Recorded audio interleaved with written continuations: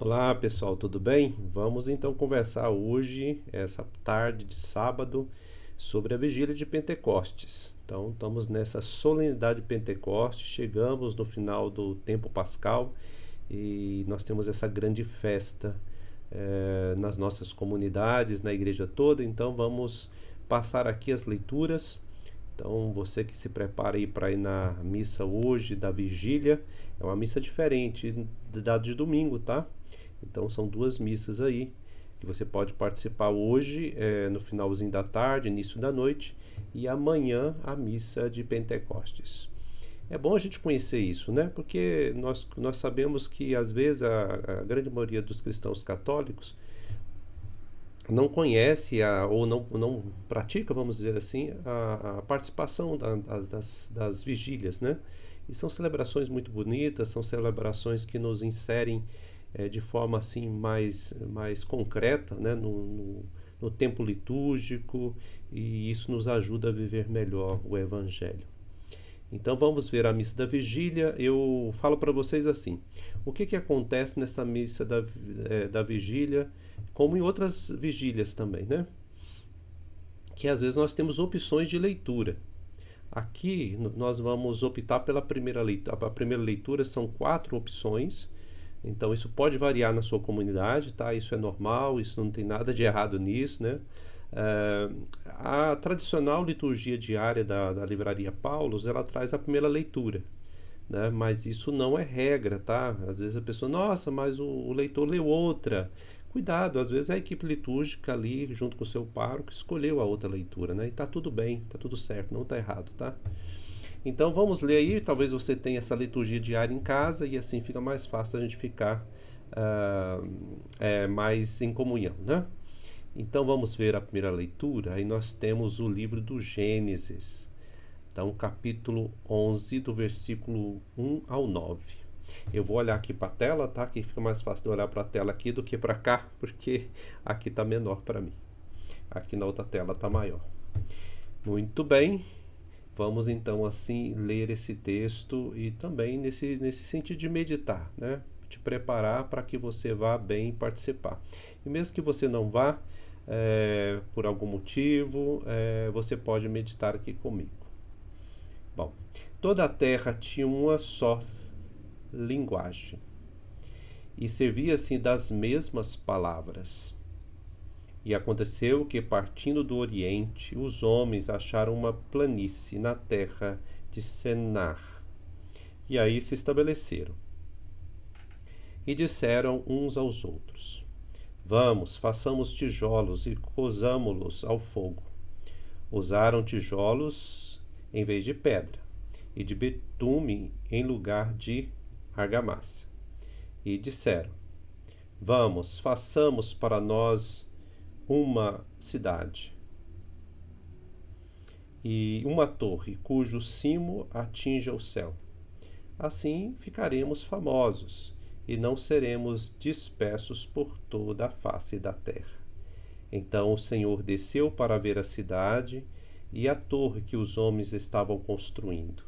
E o Senhor disse: Eis que eles são um só povo e falam uma só língua. E isso é apenas o começo de seus empreendimentos. Agora nada os impedirá de fazer o que se propuseram.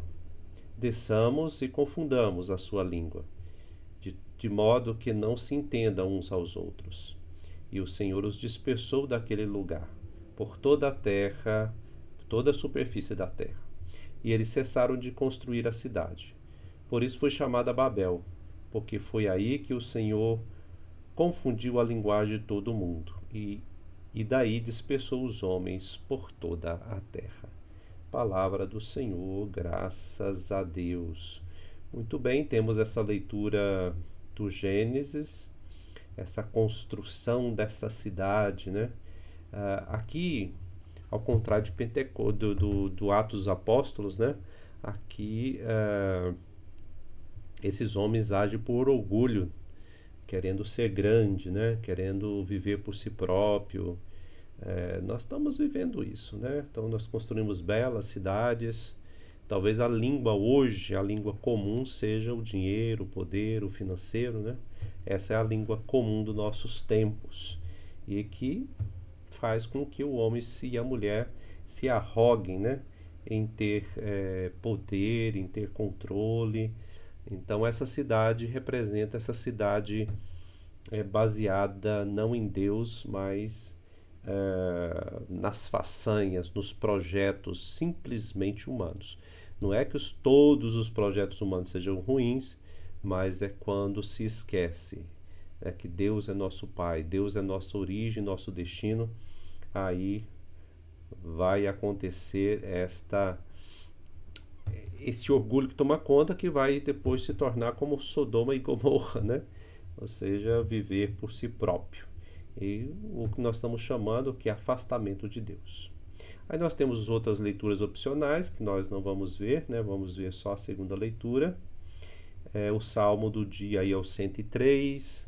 Enviai o vosso Espírito, Senhor, e da terra toda a face renovai. Nós conhecemos esse salmo da liturgia, né? da vigília da Páscoa. A segunda leitura. Leitura da carta de São Paulo aos Romanos. Irmãos, sabemos que toda a criação, até o tempo presente, está gemendo com que em dores de parto, e não somente ela, mas nós também, que temos os primeiros frutos do Espírito. Estamos interiormente gemendo, aguardando a doação filial e a libertação para o nosso corpo, pois fomos salvos, mas na esperança. Ora, o objeto da esperança não é aquilo que a gente está vendo. Como pode alguém esperar o que já vê? Mas se esperamos o que não vemos, é porque estamos aguardando mediante a perseverança. Também o Espírito vem em socorro de nossa fraqueza, pois nós não sabemos o que pedir, nem como pedir. É o próprio Espírito que intercede em nosso favor, com gemidos inefáveis. E aquele que penetra o íntimo dos corações sabe qual é a intenção do Espírito, pois é sempre segundo o Espírito que o Espírito intercede em favor dos santos. Palavra do Senhor, graças a Deus. Muito bem, eu quero destacar aqui duas ideias para ajudar na sua meditação, na sua preparação. Pois é, estamos aguardando mediante a perseverança. Não é fácil perseverar, tá? Porque não vamos ser românticos não, né? É desafiador. Quando nós passamos por experiências mais significativas, quando nós somos revigorados, ou a partir de algum encontro, a partir de uma leitura, a partir de um acontecimento positivo na vida, nós ficamos animados, ficamos dispostos, ganhamos mais forças. Isso é importante, né? A gente passar por esse momento. Os momentos, às vezes, de transfiguração na nossa vida.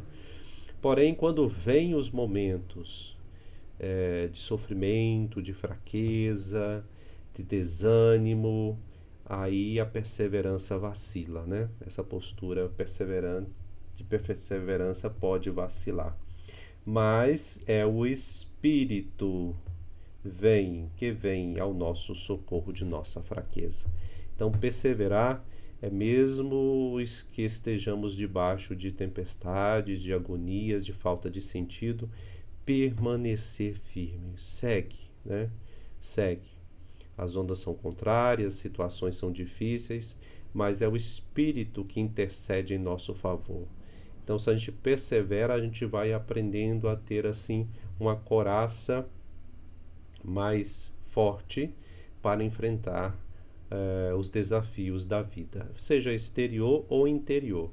Às vezes, exteriormente está tudo bem, mas a nossa vida interior passa por situações, às vezes, de aridez, sofrimento, falta de sentido, parece que nada tem significado. Então é nessa hora que precisamos levantar a cabeça, perseverar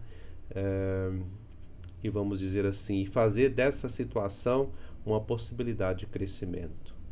Não é fácil, porque quando estamos passando por ela, a gente vai falar, mas o que eu vou fazer com isso? Como que é assim? O Frei lá disse que é para a gente perseverar, mas não estou suportando, né? Mas é justamente nesse não suportar que nós somos convidados a suportar a partir do Espírito, né? Então, coragem, porque o Espírito penetra dentro do nosso coração, no mais profundo, e nos ajuda a assim caminhar. Nessa sociedade que vive tanto assim pelo orgulho, é o Espírito Santo que vai nos ajudar a ter perseverança. O Evangelho, João, capítulo 7, 37 e 39. Um pequeno texto, né? Então, um pequeno texto do Evangelho, mas muito significativo. Vamos vê-lo. No último dia da festa, o dia mais solene, Jesus em pé proclamou em voz alta: Se alguém tem sede, venha a mim e beba. Aquele que crê em mim, conforme diz a Escritura, rios de água viva jorrarão do seu interior. Jesus falava do Espírito, que deveria receber os que tivessem fé nele, pois ainda não tinha sido dado o Espírito, porque Jesus ainda não tinha sido glorificado. Palavra da salvação, glória a vós, Senhor. Olha só, né? Se alguém tem sede, todos nós temos sede, não é? Todos nós somos assim, deixa eu aumentar aqui um pouquinho para a gente ficar maior, né? Todos nós temos sede, todos, sem exceção. Nós somos seres humanos sedentos de significado. Isso faz parte da nossa constituição e isso também nos motiva à busca e nos tira do tédio e da falta de sentido. Então, assim, todos nós temos sede. Primeira coisa, isso é da nossa condição. Pronto, ponto. Tá. Onde nós vamos buscar algo para que possa nos preencher? Aqui está uma questão fundamental para a condição humana. O que nós estamos procurando para preencher a nossa vida de sentido? Vamos repetir? Primeiro, a sede faz parte da condição humana. Pronto, aqui a sede, eu não estou falando só de bebida, né, de água, eu estou falando sede de sentido, né? Então, quem tem sede, vai buscar. Aí o Senhor diz, se você tem sede, então venha a mim, né? E não vá a outras coisas. Aqui a gente já está, vamos dizer, estendendo a nossa reflexão. Porque quando eu e você, o ser humano, ele está nessa sede, ele vai tentar procurar alguma coisa para colocar aí, né, para matar a sua sede. E aí o que acontece é que em nossa cultura é oferecido várias ofertas aí para aplacar essa nossa condição. E aí?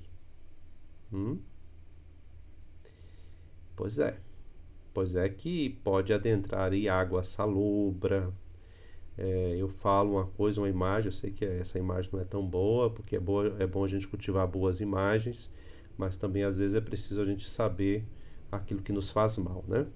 Então, às vezes eu uso uma imagem, assim, quando a gente está conversando nos grupos de estudo, eu falo que às vezes nós estamos querendo matar a nossa sede com a água suja ou com o chorume do lixo, né?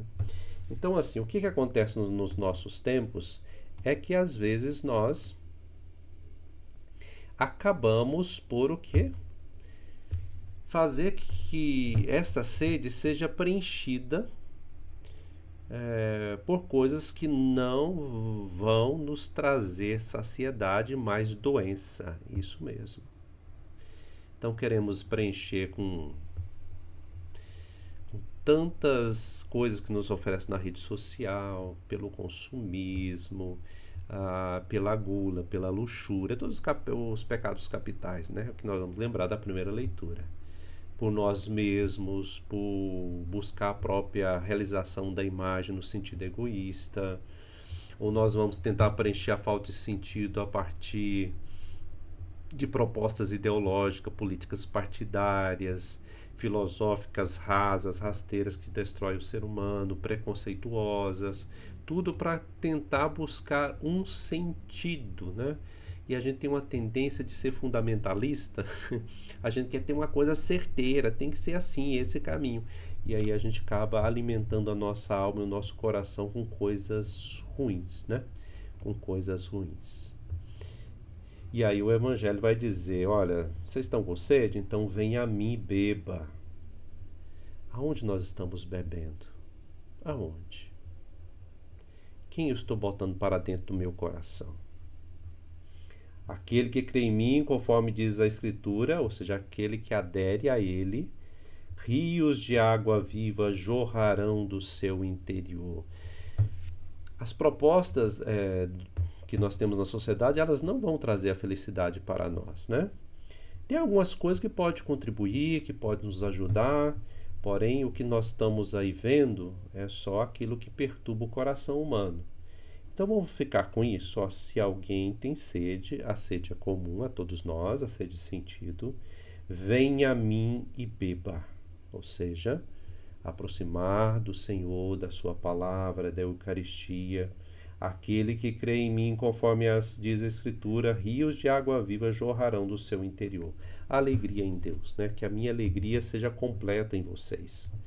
E aí nós vamos transbordar isso para o mundo. Aí o próximo, o meu irmão, aí nós vamos querer que ele faça parte disto, nós vamos divulgar essa vida abundante. Aí vem toda essa responsabilidade do cristão no mundo, né? Então, meus irmãos, vamos pedir o Espírito Santo, né, para que a gente saiba beber no lugar onde realmente nos traz esse processo de cura no Senhor, de salvação no Senhor, de nos tornar saudáveis em Cristo. É Ele que nos dá essa água viva, é Ele que nos purifica, é Ele que dá vigor, é Ele que faz os nossos projetos ser coerentes, né, com a sua mensagem, com o Evangelho, que é Ele mesmo. Muito bem, meus irmãos, espero que tenha ajudado nessa vigília.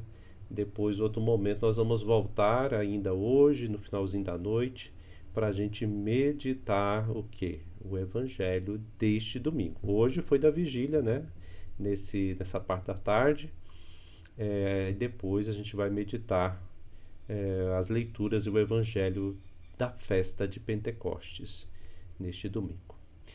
Abraço com Deus. Se você quiser participar de um grupo de leitura, de obras teológicas, vou deixar o formulário embaixo. Também, se você quiser apoiar esse canal, está no link abaixo. Com Deus, Deus te abençoe. Até mais. Tchau.